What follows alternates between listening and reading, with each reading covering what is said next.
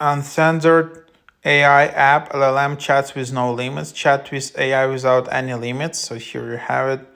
Here is the app.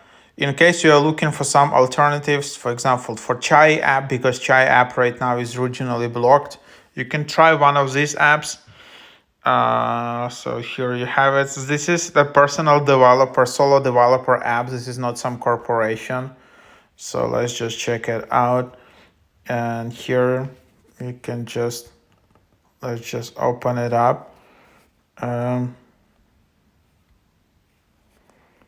I'll just show you how it looks like.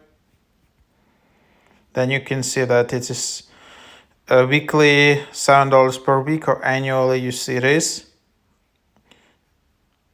And there is some limited free version. So then you see your characters. Then you can just start to chat. And then it crashes out. So as you can see, it's quite buggy. I don't know. It crashes. So yeah, seems quite glitchy. I have iPhone 14, but seems to should be good. And then you can just contact, and then you have characters. You can instantly start to chat. They don't even ask you to create an account. And that's the app. So, kind of minimalistic app for this. So you can